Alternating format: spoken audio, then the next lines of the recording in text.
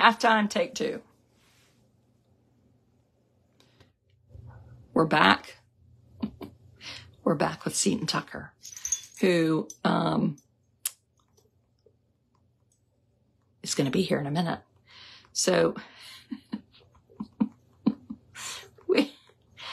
y'all think this momfluencer stuff is easy and it looks cute and everything. And you're like, oh, look at her. She just sits around and makes videos and gets paid $2 a day and blah, blah, blah. But let me tell you something. This is freaking stressful. If it says Seton Tucker is already dust, I'm going to die. Ever. Oh my God. Okay, you're just going to have to talk loud. Okay, I'll talk real loud. Because I'm afraid to make you go away. Yeah, I know. The struggle is real, which is so funny because this week has been so crazy on Twitter or X, whatever you might want to call it, because all these things have been coming out where people have in the past accused me of running this army of trolls and technology. Clearly, technology is not good for me. No, not good. Did you just see that? I did. You made it rain? Uh-huh. I like it. Oh, and you have fireworks. This is serious business. Okay, give us the scoop since we've missed halftime. Thank you, people, for sticking it out. I'm so sorry, people. I know I'm annoying. I annoy myself. You what? I said, I know I'm annoying. I annoy myself. Oh, you're not annoying. This weeds them out. Because I told them they have until midnight tonight to become, the flash sale ends tonight, $5 to be a subscriber, and you just get more of this.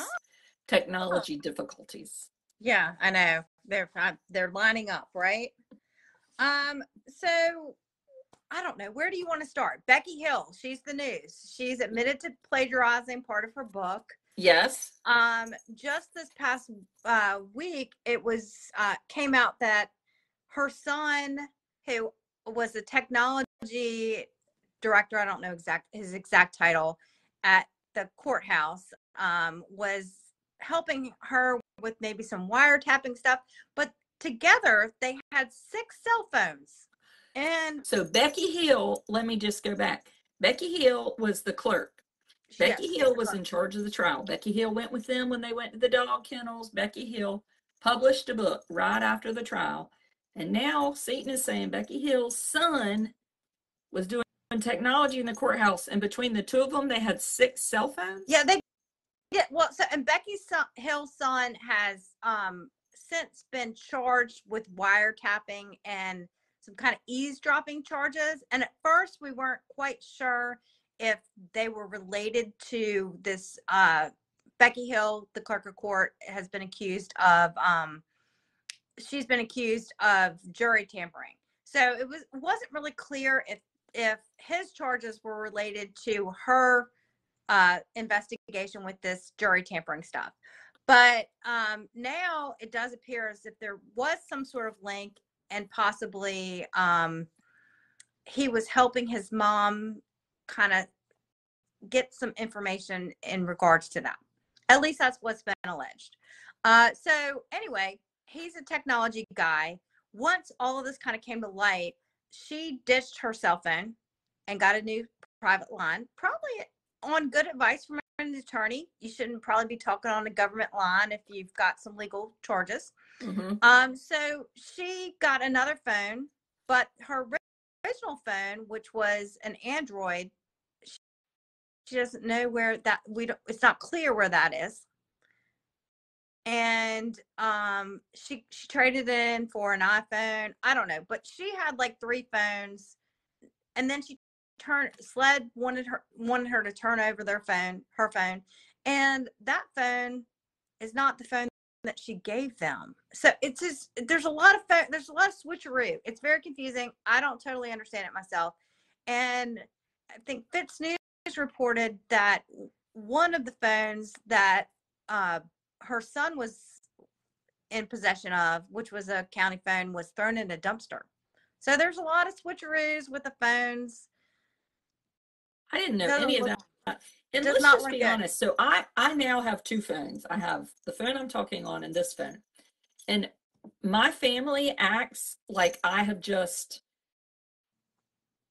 taken out my liver and like done my own liver She transplant needs to by get a like course a on dolphin. computers and iPhones. Yes, I do. Thank you for the person who's just said that. They can't take it that I have two phones. So the fact that somebody would have multiple phones is weird. Well, I mean, I get it. When she first was facing some ethics charges, two ethics complaints that were filed against her, and maybe she should have separated her work business from her Well, personal I can business. see that. She should have had a work phone, but I would think the courthouse would give you a work phone. Yeah, they did. They did, but she kept that same line, her same number, and then transferred it over to her personal account. But see, they don't need a phone to pull all their records, right? Which records? Like her cell If phone they records, or want things on the phone, they don't need the actual phone, right? well, it depends. I've actually, Oh. again, obviously, technology is not my friend. I'm not great with it, but Seaton is a I think real expert on I know. phones. Like I'm seeing the comments, but apparently, if you have an iPhone, your messages and stuff like that are stored on the cloud. That's not necessarily the case with Android phone. Oh. Is an Android phone one of those neat phones that folds in half? No, not necessarily. I think those. I don't really know. I have an iPhone personally, but no, they can be any sort of. It's just basically not an iPhone. Oh. But I think iPhones are on the cloud, so your messages are automatically stored to the cloud. And again, I should not be speaking on technology because I'm not good with it. But if you have an Android, you can opt out of it, or they might not necessarily be stored to like a Google service or something like that. So anyway, it's not really clear if the messages that she had on an iPhone on a Android would be saved. Now, there was last time we talked to you, it's about 2 weeks ago, there was going to be a hearing. What happened with the hearing? Oh no, the hearing is next. There's a hearing there was, I think, a kind of status conference, which is just a telephone conference with some attorneys. But there's another public status conference, which is scheduled for Tuesday. Is it the 18th? The Tuesday after Martin Luther King weekend? The 16th. 16th. And then the evidentiary hearing is on the calendars. There's 3 days allotted for it. And it's that last Monday in January. Is that the 29th? 29th. Yes. So there's 3 days allotted for that. But there were some briefs filed by both sides, which the big crux of the matter is, did these communications between Becky Hill and some jurors happen? And if they did happen, what was the content of them? Was she having communications about asking them what they would like for lunch? Or was she telling them things that affected the material matter of the case? Was she telling them, hey, some of the things in the complaint are watch the body language? I don't know if that's enough to warrant a new hearing or not. But I think this evidentiary hearing is going to happen to question the jurors about their communications with her and to determine if they were inappropriate. Now, if they were inappropriate, the defense is saying, all right, that's enough for a new trial. The prosecution, the state, is saying, well, if these communications occurred and they were improper, it would have had to influence the outcome of the verdict with the jurors. So if it didn't influence the outcome, then he still would not get a new trial. So that's kind of where it is, that they're arguing over that. We'll see what the judge says. It's going to be really interesting. I don't think this is something that happens very often with this this type of proceeding. We do have a retired Supreme Court Justice, Toll. She's 80, and she's presiding over this evidentiary hearing. And she seems like she's kind of a firecracker. I mean, she does what she wants. She does have a somewhat history with Dick Harpootlian, but she was recently photographed with Creighton Water. So I kind of feel like she's someone who is an independent thinker, and she's going to do what she thinks is the right thing. But the other thing is, when you interview these jurors, you know, she's committed. Justice Toll has said that she's committed to making this proceeding public, but you have to protect the identities of the jurors. So it's possible that when the jurors are interviewed, that may be in camera and not in front of the public. Right. And we just possibly get transcripts of the proceedings. Huh. And I wonder if that'd be enough. I mean, don't you think that his side is going to do everything they can for a new trial because they don't have anything else? Well, why not? You know, like, well, they're lying. They said it didn't influence them. Maybe they didn't even know it did. Well, yeah. I mean, that's a good question. Huh. Well, there you have it. There you have it. Next time, maybe we'll make our technology work better. I don't know.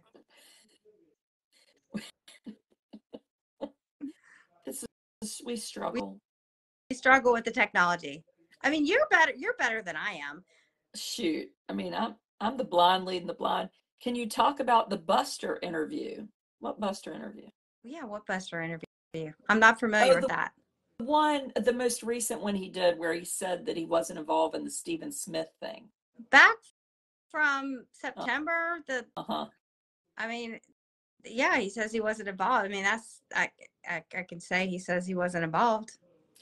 What about the Fitz news info from today? Oh, okay, I don't know what Buster got what you're talking about. Married? They are dropping stuff all the time. Buster got married? Oh, did he? Well, that's what somebody just said. I ain't heard of that. Congratulations. Congratulations if he did. I have not heard that. You would have known that. This is how rumors get started. Did he do an interview on Fox News? I don't think so. Yeah, he did that Fox News interview. That was back from, I believe, August, early September. Buster Murdaugh is not married. That is that's on, the website is SCPSASSAM, Skipasam. He ain't married. That's called a rumor. I don't know. I mean, I try to respect Buster's privacy because I think he is a victim in all of this, and I think that has been overlooked. So, you know, I feel sorry for Buster. I think he's lost his mother and his brother, and you know, he's a victim in this whole mess. And then he's got this terrible dad who's like calling him like, hey, how's everything? You know, like, I'd be like, could you stop calling me? Oh, no, I know. And then you have your dad in jail and he's calling you. Right. I mean, and you've killed my mother and my brother. Like, don't call me. I ain't giving you any money for the commissary. Well, I mean, Seaton's nicer than I am. She'd answer the phone. They'd be like, take a collect call. I'd be like, no speak English. I'm gone. Out. No, I do not take collect calls from prison. I did have when we lived in Alabama. I actually would love to take a collect call from prison. Don't. Like, I had a former housekeeper. It was terrible. She called me from jail and I did not answer because before I did not answer this call, I found out she had stolen a bunch of my jewelry. And then I was like, what? And it wasn't even a valuable stuff. It was like, you know, my grandmother's little ring that was no longer with me, and my mom, who passed away, her wedding band. I mean, like terrible stuff. And then I didn't even know how to get it back. It was terrible. So anyway, I Well, stopped taking calls from prison after that point. I have a good call coming up on I think it's Thursday morning, Wednesday or Thursday. I got another phishing scam thing email, Oh yeah. and so I've set up a call to talk about the Zoom so these people can try to scam me again. Oh, these are the people who hacked your Well, account? no, these are new people. Those people I already, I had another hacking video where the person I recorded him trying to scam me, and I watched that one. Yes, that I was crazy. got another one coming up Wednesday or Thursday morning. You're gonna try to trap them. I feel like did you watch those things It's back? just I don't know if they still fun. do, like the Fox News on your side, and they try to trap the people. I feel like that's where you're. It reminds me of that show, The Cheaters. Oh yeah, that was also a bad one. Who is that? The children don't sleep here. They're like squirrels. They just playing. Well, David Hasselhoff. I left David Hasselhoff, the Barbie, in Florida, so he's not here. So you are all yours. You still have two home, but did your boys go back to school? Yes, my big boys are back at school, and when is that appointment? I don't know when it is. And that's it. Tomorrow we're under an emergency weather watch here. We are too. My daughter, they said no school. She's virtual learning.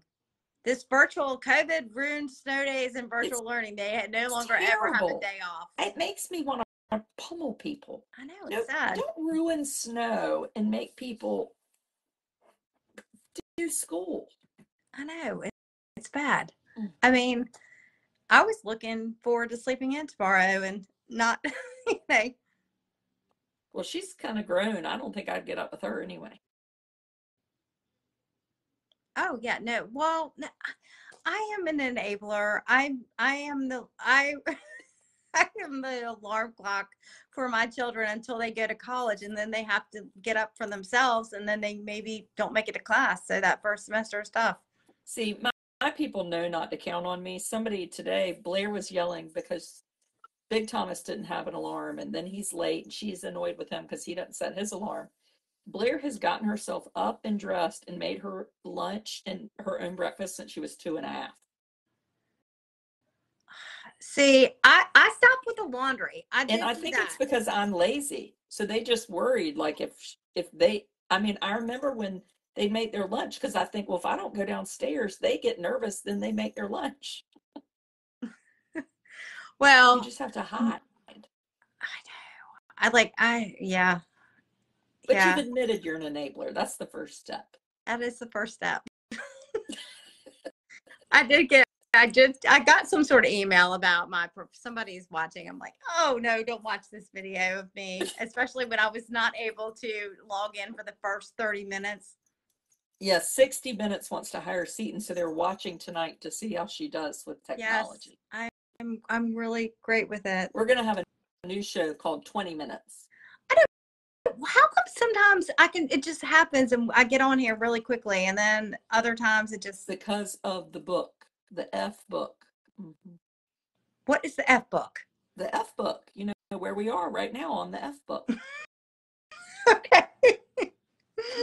The F book is sometimes as bad as the F book, and then other times it's the Facebook. Tonight it's the F book. Well, tonight it is, and I'm sorry. Next time I will attempt to do better. They want to know, oh shoot, we're not worried about that. Where do they find your podcast? Oh, Spotify or Apple. We have two. One is called Impact of Influence, where we cover the Murdaugh stuff and other kind of true crime stuff. And another one that is called The Wicked South, also Apple, Spotify, or wherever you find your podcasts, which is kind of a historical. I love that one. It's with Michael DeWitt. He's a local, and he's got to come on your show. I know. I'm going to get him on this week. He's a local journalist from Hampton, and he has a passion for storytelling. And I think that that kind of shines. He's the star of that show, but we help him because he has never done a podcast before. Well, I think that might be like the best name of a podcast ever. I'm telling you, he is so witty, and he loves. Do you know Louis Grizzard? He is okay. So he's kind of a humorist, a Southern humorist, and that is where Michael kind of wants to take his passion. I mean, he loves to storytell. So anyway, I love a podcast. I have no idea how it works, but I love them. Well, if I can do it, anybody can. Obviously, I can't learn how to. Learn how to log on to something. That feels out of my wheelhouse. Well, check in tomorrow. I hope y'all's weather's okay. Yeah, and I'll try to. I don't know. I'll be more prepared the next time. I think it threw me off a little bit that it took us so long to log in. Drop your after the video's over. Put a link to your podcast up in the comments. Yeah, I really loved our last episode. We kind of go over the latest legal filings, which I think were really interesting. There's some spicy stuff in there with some attorneys and some shade. So I will definitely post a link, and I hope people will listen. Perfect. Thank you. All right. Talk to you later. Bye. Back to football. What was the name of the first podcast she mentioned? Impact of Influence. Impact of Influence. He's a great storyteller. Oh, that's nice. All right, I reckon I'm going to go down there and watch that football game. You have till midnight to subscribe to the page. Don't say I didn't offer you a discount. I paid $10. I don't want to pay $10. And now you made me feel bad because you told me I could pay $10. And then you compared your blog to going to McDonald's, and I'm not fat. I don't go to McDonald's. I know that. I know these things.